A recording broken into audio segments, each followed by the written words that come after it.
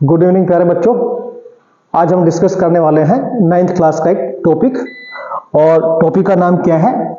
Point mass object. Point mass object क्या होता है? जब एक ऑब्जेक्ट अपने साइज से बहुत ज्यादा डिस्टेंस ट्रेवल करे तो क्या बोलते हैं उसको? पॉइंट मास ऑब्जेक्ट बोलते हैं। ओके, जैसे मान लीजिए आप स्कूल जा रहे हैं, आपका साइज कितना है? आपका हाइट हम अज्यूम कर लेते हैं 1 मीटर है। आप अपने स्कूल जा रहे हैं, स्कूल का डिस्टेंस कितना है आपके घर से? वो डिस्टेंस है मान लीजिए कितना? 5 किलोमीटर है।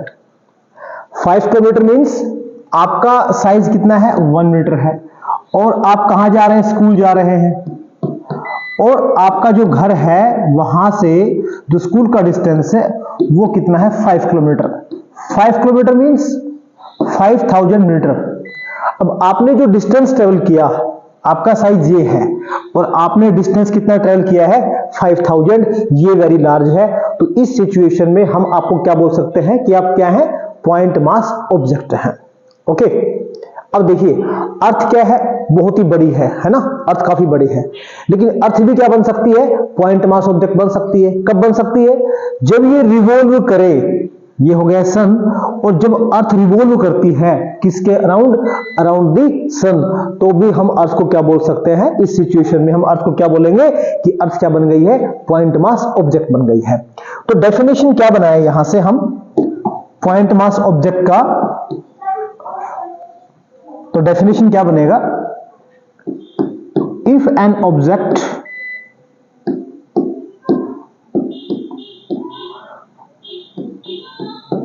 covers very large distance, very large distance as compare to its own size। अपने साइज से जब ऑब्जेक्ट बहुत ज्यादा डिस्टेंस ट्रेवल करेगा तो क्या बोलेंगे उसको? हम पॉइंट मास ऑब्जेक्ट बोलेंगे। ओके, यह हम अज्यूम करते हैं कि एक ट्रेन है जो मूव कर रही है Delhi to Jaipur. For example हम बात कर रहे हैं एक ट्रेन, इसको हम, अब ट्रेन काफी बड़ी होती है लेकिन इसको भी हम क्या ले सकते हैं? Point mass object. कब ले सकते हैं? जब ट्रेन डिस्टेंस ट्रेवल करे very large. A train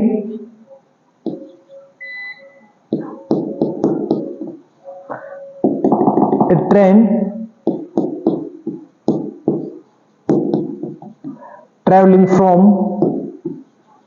travels from बोल सकते हैं, फ्रॉम दिल्ली टू जयपुर। अब क्या है? तो दिल्ली से जयपुर का डिस्टेंस है वो क्या है? वेरी लार्ज है as compare to size of train. या हम क्या लिख सकते हैं कि ये ना हमारे पास कौन है? सन, और अर्थ रिवॉल्व कर रही है किसके around?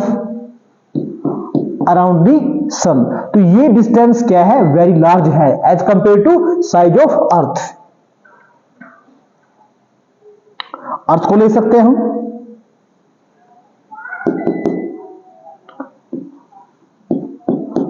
Earth can be taken as point mass object, पॉइंट mass object when it completes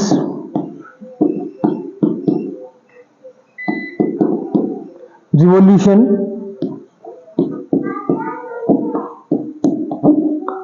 around the sun, around the sun। Okay, तो इस केस में हम क्या बोलेंगे? इसको पॉइंट मास ऑब्जेक्ट बोलेंगे। नेक्स्ट हम क्या देखने वाले हैं? Distance and displacement. एक टर्म हम ले रहे हैं distance,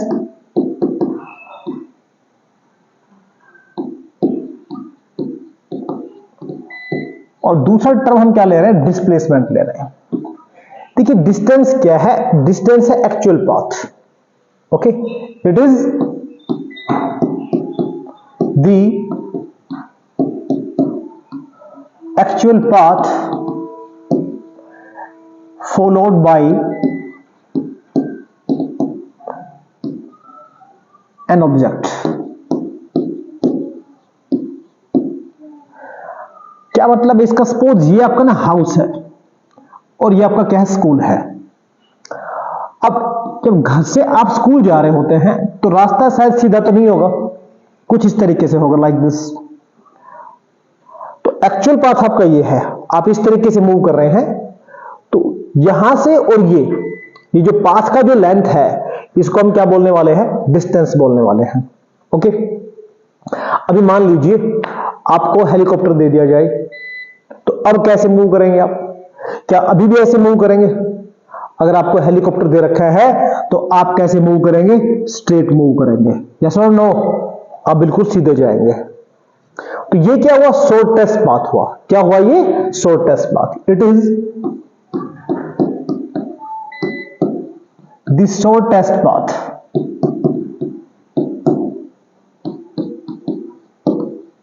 between 2 points, between 2 points, दो पॉइंट के बीच का ये क्या है? शॉर्टेस्ट पाथ है, और ये क्या है? एक्चुअल पाथ है। ओके, अभी दोनों का जो यूनिट है, यूनिट की बात करें तो दोनों है तो लेंथ ही, तो दोनों का यूनिट हम ले सकते हैं मीटर, किलोमीटर, और अगर वेरी स्मॉल है तो हम क्या ले सकते हैं? सेंटीमीटर ले सकते हैं। चलिए अभी इनमें हम डिफरेंस जानते हैं कि डिफरेंसेस क्या है डिस्टेंस और किसमें? डिस्प्लेसमेंट में। डिस्टेंस क्या है दोनों में? डिस्टेंस में और डिस्प्लेसमेंट में डिफरेंसेस क्या है?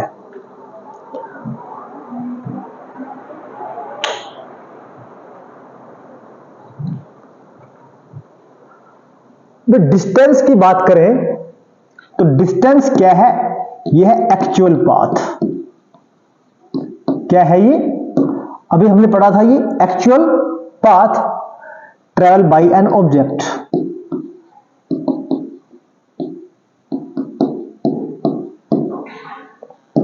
और डिस्प्लेसमेंट क्या है? It is shortest path, it is the shortest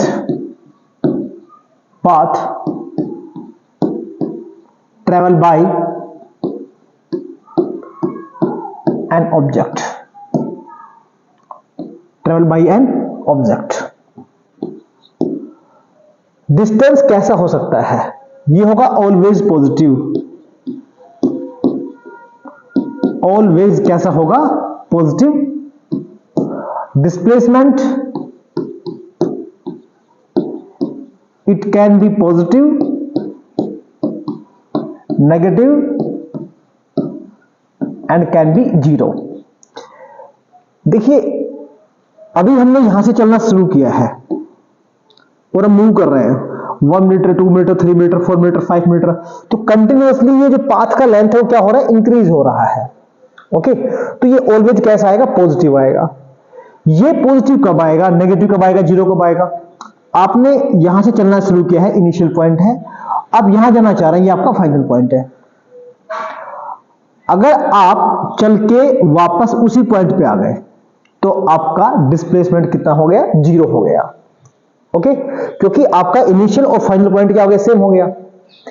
लेकिन अगर मैं क्या किया, इनिशियल पॉइंट हमारा ये है, ये हमारा क्या है? इनिशियल पॉइंट है। यहां से शुरू किया हमने इनिशियल पॉइंट, पहले आगे गए और फिर मूव करते हम कहां आ गए?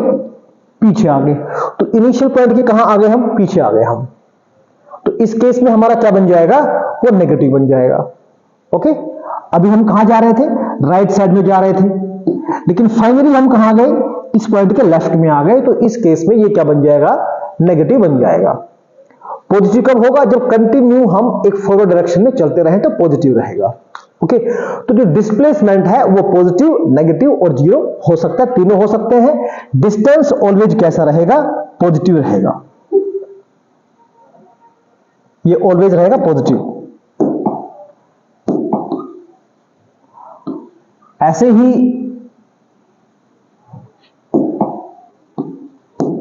ये कैसा क्वांटिटी है? तो यह है स्केलर क्वांटिटी। कैसा क्वांटिटी है ये स्केलर क्वांटिटी है। और अगर हम किसकी बात करें, डिस्प्लेसमेंट की बात करें, तो डिस्प्लेसमेंट वेक्टर क्वांटिटी है। स्केलर मतलब क्या होता है? जिसमें ओनली मैग्नीट्यूड होता है, ओनली मैग्नीट्यूड, नो डायरेक्शन, उसको हम क्या बोलते हैं? स्केलर क्वांटिटी बोलते हैं। वेक्टर क्या होता है? जिसमें दोनों हो, मैग्नीट्यूड भी हो, मैग्नीट्यूड एंड डायरेक्शन, जिसमें दोनों हो। एक ऐसा क्वांटिटी जिसमें मैग्नीट्यूड भी है और क्या है? डायरेक्शन भी है, उसको हम क्या बोलेंगे? वेक्टर क्वांटिटी बोलेंगे। ओके, नेक्स्ट, डिस्टेंस और डिस्प्लेसमेंट में से बड़ा कौन हो सकता है? तो यहां ले रहे हैं हम डिस्टेंस, और ये डिस्टेंस ले रहे हैं। ये मोस्टली केसेस में क्या होती है? ग्रेटर होती है। किससे? डिस्प्लेसमेंट से ग्रेटर होती है। लेकिन सम टाइम ये इक्वल भी हो सकती है। कब इक्वल हो सकती है? एक ऑब्जेक्ट है और वो कहां मूव कर रहा है? स्ट्रेट पाथ में मूव कर रहा है, स्ट्रेट मूव कर रहा है। कितना मूव कर रहा है स्ट्रेट? लेट अस सपोज इसने 100 मीटर मूव किया है, तो डिस्टेंस कितना है? 100 मीटर है, और डिस्प्लेसमेंट भी कितना है? 100 मीटर है। तो अगर ऑब्जेक्ट स्ट्रेट मूव करेगा तो उस केस में डिस्टेंस और डिस्प्लेसमेंट दोनों क्या आएंगे? इक्वल आएंगे। ओके, और अगर ऐसा हुआ कि पहले आगे मूव कर रहा है, 100 मीटर कहां चला गया? ऑब्जेक्ट आगे चला गया, और फिर 20 मीटर कहां आ गया है? वो वापस आ गया है। तो उस केस में डिस्टेंस कितना हो गया? 100 प्लस 20, 120 हो गया, और डिस्प्लेसमेंट कितना हो गया? वो माइनस हो जाएगा 20। ठीक है, क्योंकि पहले वाले पोजीशन से उसका डिस्टेंस कितना बच गया है? 80 बच गया है, तो डिस्प्लेसमेंट स्मॉल हो गया। तो डिस्टेंस जनरली ग्रेटर होगा किससे? डिस्प्लेसमेंट से, लेकिन वो क्या हो सकता है? सेम भी, दोनों इक्वल भी हो सकते हैं। Distance between 2 point,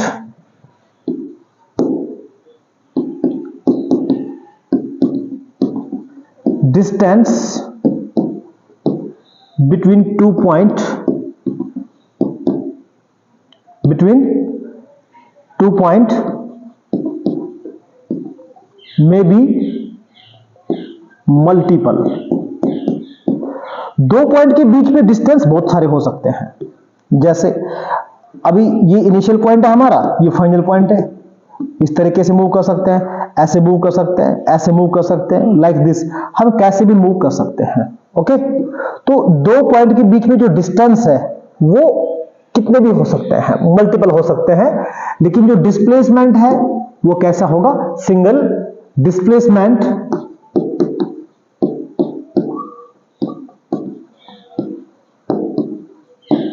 between 2 points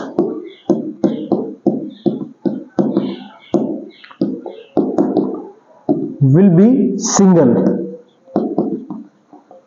या लिख सकते हैं कि यूनिक, एक ही होगा वो। डिस्प्लेसमेंट 2 पॉइंट के बीच में क्या आएगा? एक ही आएगा। डिस्टेंस कितने भी हो सकते हैं। और अभी हमने लास्ट अभी बताया भी था क्या कि दोनों की जो मेजरिंग यूनिट है वो सेम है। इसको मेजर करेंगे हम किस में? मीटर में, किलोमीटर में, या फिर किस में? सेंटीमीटर में। ये सिमिलरिटी है। यहां भी मीटर, किलोमीटर, या फिर क्या? सेंटीमीटर। अभी इस पे हम ना एक न्यूमेरिकल देखते हैं। क्या? सपोज ये हमारे पास एक स्क्वायर फील्ड है ABCD। ये हमारे पास क्या है? एक स्क्वायर फील्ड है, और इसका जो साइड है वो कितना है? 100 मीटर है। तो after completing what will be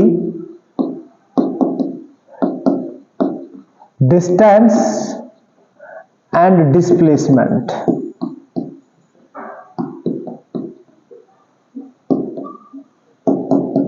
after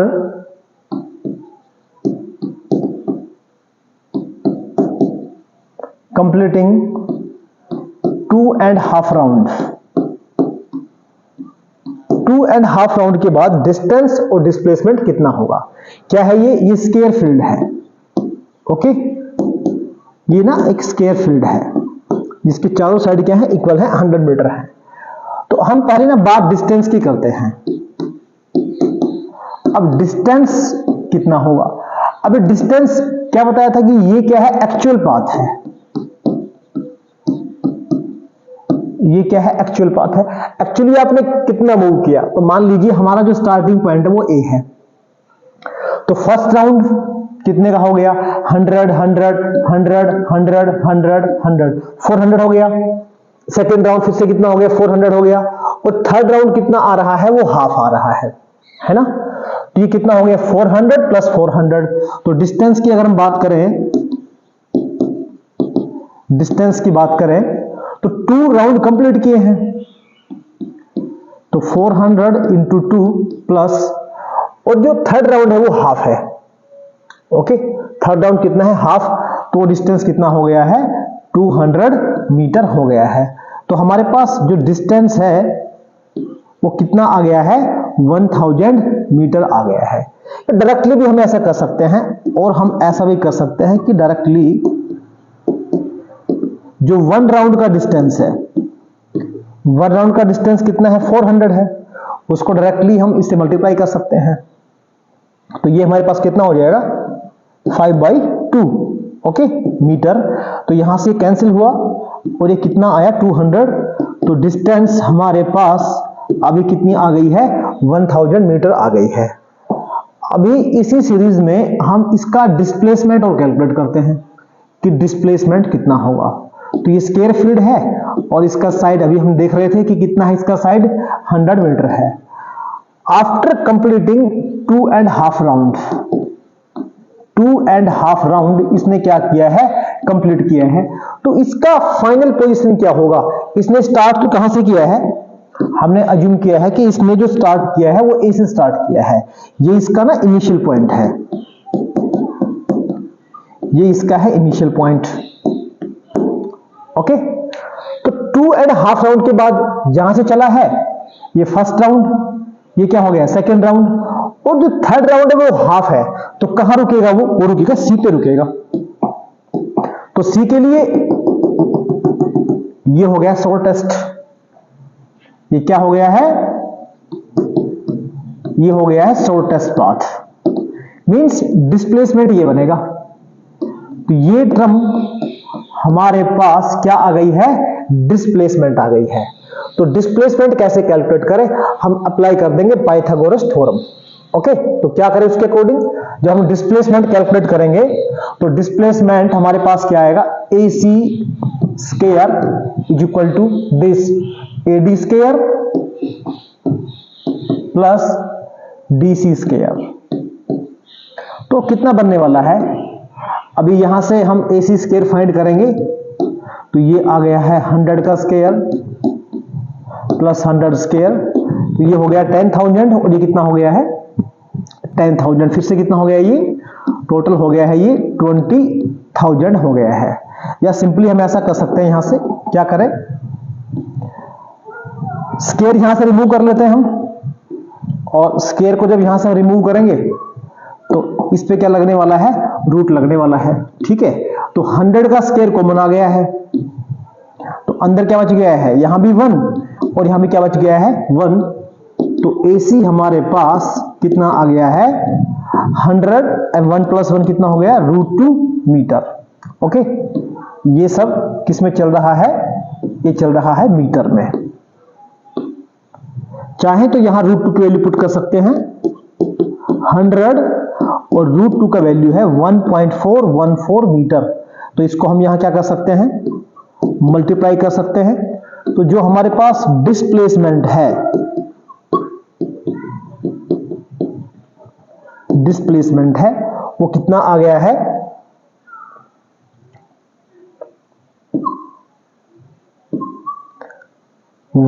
इसको मल्टीप्लाई कर देंगे हम। ठीक है, ये 20 और डेसिमल कहां लगाएंगे, 3 प्लेस पे, तो हेयर तो डेसिमल लग गया है मीटर। तो जैसा कि डिफरेंस में बताया था कि जनरली केसेस में क्या होता है कि डिस्टेंस ग्रेटर होती है किससे, डिस्प्लेसमेंट से। तो यहां भी कुछ ऐसा ही हुआ है कि डिस्टेंस कितना आया है, 1000 मीटर आया है, और डिस्प्लेसमेंट कितना आया है, 141.4 मीटर आया है। अगर इसी क्वेश्चन में हम ये देखें, क्या अगर हम ये कर दें ऐसा, आफ्टर कंप्लीटिंग 10 राउंड, ये स्क्वायर फील्ड है, फिर से 100 मीटर है, और ये क्या है, स्क्वायर फील्ड है। After completing 10 round, what will be distance and what will be displacement, what will be displacement. तो डिस्टेंस कितना होगा और डिस्प्लेसमेंट कितना होगा। तो चलिए डिस्टेंस कैलकुलेट करते हैं। 1 राउंड का डिस्टेंस कितना हो गया है, 1 राउंड का डिस्टेंस कितना हो गया है, वो हो गया है 400 हो गया है। और कितने राउंड कंप्लीट किए हैं, 10 राउंड कंप्लीट किए हैं। तो ये हमारे पास कितना आ गया है, 4000 मीटर आ गया है। 10 राउंड कंप्लीट करने के बाद ये उसका इनिशियल पॉइंट है, स्टार्टिंग पॉइंट है इसका ये, ठीक है। तो इसका अब 10 राउंड कंप्लीट करेगा तो first round, second round, third round, तो फाइनल पॉइंट भी सेम आएगा। तो आप ये कमेंट सेक्शन में बताएं मेरे को कि इसका डिस्प्लेसमेंट कितना होगा। अगर कोई आपके डाउट्स हैं तो आप कमेंट सेक्शन में आप पूछ सकते हैं। आई होप आपको ये टॉपिक समझ में आया होगा। वीडियो आपको अच्छा लगा है तो लाइक करें, चैनल को सब्सक्राइब करें। Thanks for watching.